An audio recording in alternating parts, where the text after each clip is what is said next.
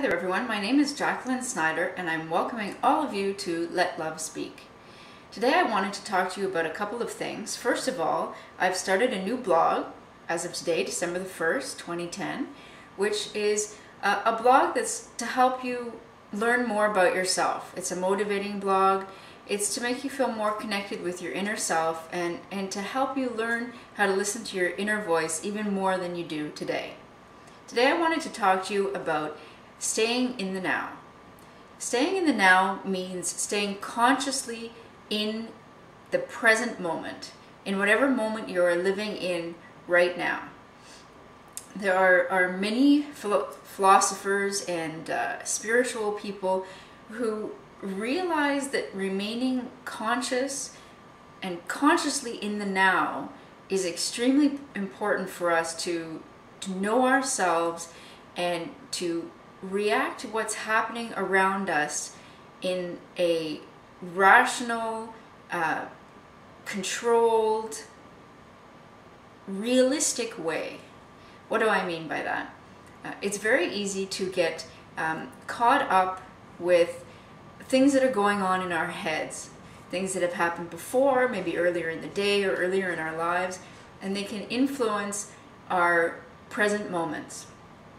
Of course, our personality, who we are, is influenced by our pasts, but it doesn't have to control how we deal with ourselves in the now. And that's why it's so important to be conscious and to remain in the moment that you're in at any particular time throughout your day.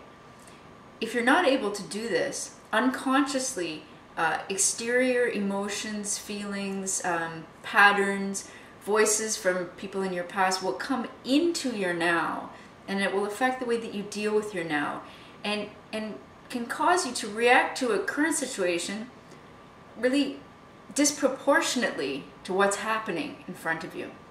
That means that you can react either not enough or too much, or too emotionally or not emotionally enough to a situation that's happening in your now, because you're letting your past influence the way that you're dealing with your now. I haven't met a person today who hasn't experienced this at one point or another in their life. Experienced the fact that they allow past experiences or emotions to filter in to their day. It's very important that you try to minimize that as much as possible, not only for you and for how you choose to deal with your moments throughout your day, but also for everybody else around you.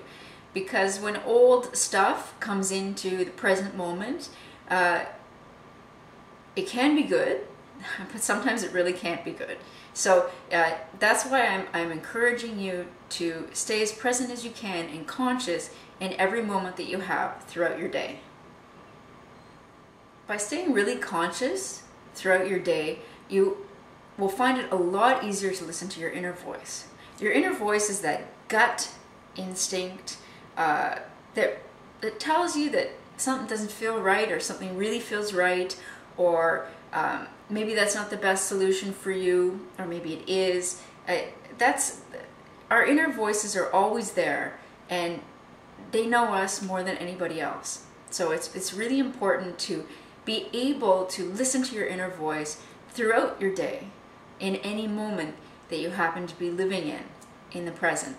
This is essential for reacting to your world responsibly and correctly, and not over emotionalizing, not being too emotional about situations that really don't need that much emotion in them. When you learn to listen to your inner voice regularly, you'll find that it's easier for you to get to know yourself. And my blog today is all about getting to know yourself.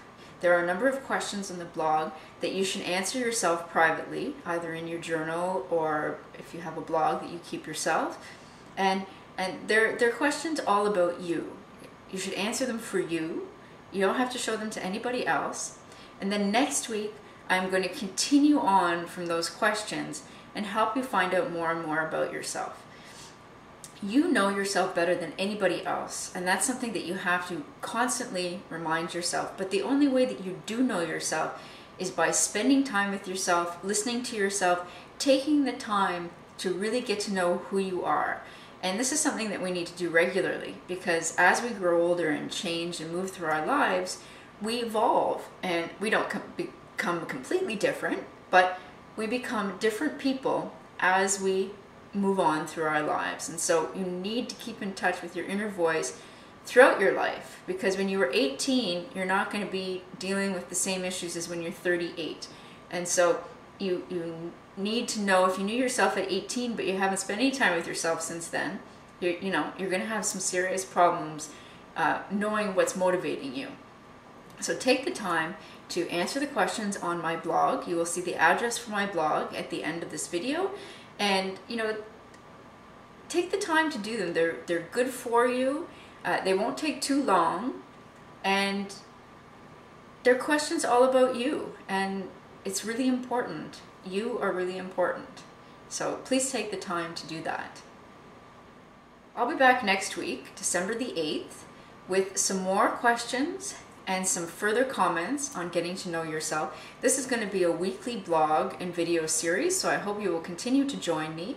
If you have any questions, you can find my contact information on my website and my blog, and you will find those addresses at the end of this video. So thank you very much, everyone, for joining me at Let Love Speak. My name is Jacqueline Snyder, and I'll see you again next week on December the 8th. Have a great week.